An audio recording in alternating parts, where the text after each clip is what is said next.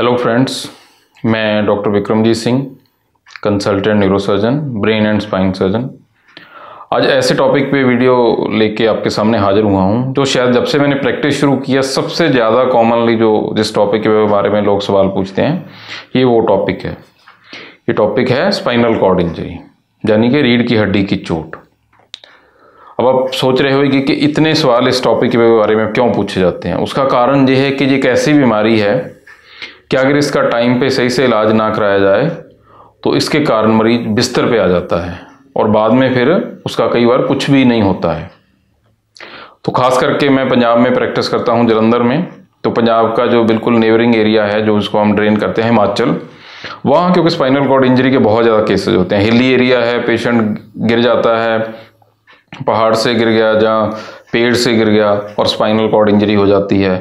और क्योंकि फार flung area है, टाइमली ट्रीटमेंट भी नहीं हो पाता, तो बहुत सारे पेशेंट परमानेंटली जो है बेड रिडन हो जाते हैं। तो इसलिए आप खुद ही अंदाज़ा लगा लिया होगा कि इस टॉपिक पे जो है जानकारी कितनी ज़रूरी है। तो स्पाइनल कॉर्ड इंजरी का मतलब सिंपल सा है कि स्पाइन को इंजरी होना, एक तरह से स्पाइनल कॉर्ड इंजरी कह सकते हैं। ये होती कैसे है, जैसे मैंने आपको बताया, fall from height, fall from tree, fall from building, किसी भी चीज़ से आप गिर गए उससे हो सकती है। रोड ट्रैफिक एक्सीडेंट से हो सकती है। अब दिन पर दिन आपको देख रहे हो व्हीकल बढ़ रहे हैं, तो रोड ट्रैफिक एक्सीडेंट से स्पाइनल कॉर्ड इंजरी हो सकती है। इसके अलावा असॉल्ट, लोग आपस में लड़ते झगड़ते हैं, तब एक दूसरे को कई बार हथियार से उसकी स्पाइनल कॉर्ड को इंजर कर देते हैं। और इसके अलावा जो है बम ब्लास्ट या इस तरह की चीज़ों से भी स्पाइनल कॉर्ड जो है इंजरी हो सकती है। इवन अर्थक्वेक, अभी रिसेंटली तुर्की में अर्थक्वेक आया है, तो लोगों के ऊपर बिल्डिंगें गिर गई, तो उनको बहुत सारे लोगों को वहाँ भी स्पाइनल कॉर्ड इंजरी जो है हो गई है। अगर मैं आम लोगों को समझाने की कोशिश करूं तो इसको हम 4 भागों में बांट सकते हैं स्पाइनल कॉर्ड इंजरी को। एक सबसे माइनर स्पाइनल कॉर्ड इंजरी है, मतलब स्पाइनल कॉर्ड भी बिल्कुल सही है, मनके भी बिल्कुल सही हैं, सिर्फ जो मांसपेशियां और लिगामेंट ही में टियर हुआ है। ऐसे केसेस जनरली रेस्ट से और थोड़ा बहुत कॉलर लगाने से अपने आप ठीक हो जाते हैं। जो सेकंड वैरायटी है इंजरी की, जो आई थिंक सबसे ज़्यादा इंपॉर्टेंट है, कि मनका टूट गया है या मनका हिल गया है बट नाड़ को बिल्कुल डैमेज नहीं हुआ। आई थिंक ये एक इंजरी का ऐसा मतलब कह लो टाइप है जहां हम पेशेंट की सबसे ज़्यादा हेल्प कर सकते हैं। नाड़ को कोई डैमेज नहीं हुआ है, सिर्फ मनका टूटा है या मनका हिला है।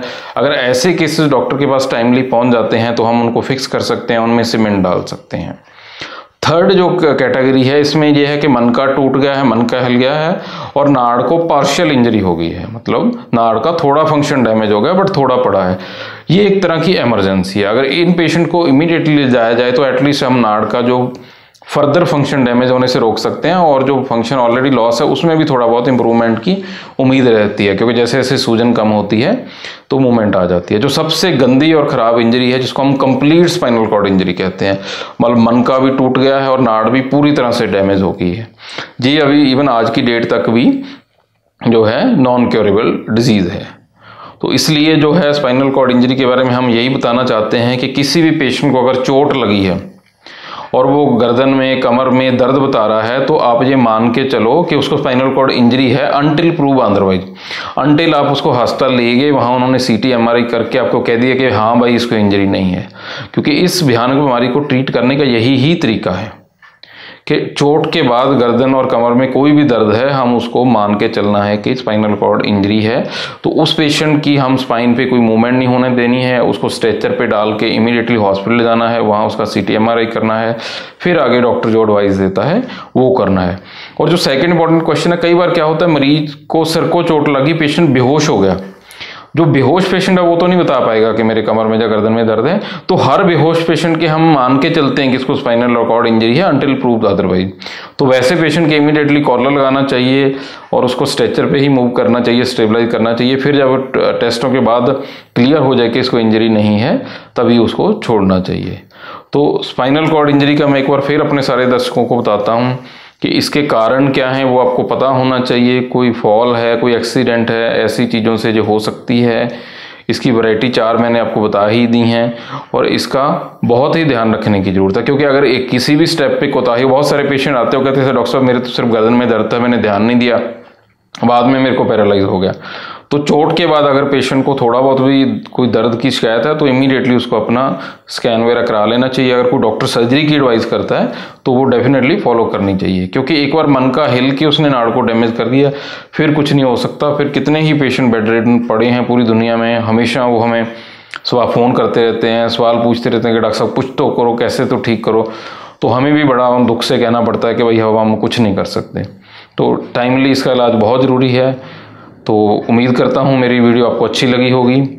प्लीज़ हमारे जो चैनल को सब्सक्राइब करें और वीडियो को लाइक करें। अगर इसके बावजूद भी आपका कोई डाउट रह गया है स्पाइनल कॉर्ड इंजरी पे तो आप मेरे को फ़ोन कर सकते हैं या मेरे को मिल सकते हैं। मैं सुबह 9 बजे से 3 बजे तक जो sacred heart hospital Maqsooda Jalandhar में अवेलेबल होता हूँ OPD नंबर 14 में, और शाम को 5 से 8 जो मेरा अपना क्लिनिक है neurospine and general clinic urban state phase 2 market Jalandhar में मैं अवेलेबल होता हूँ। Thank you.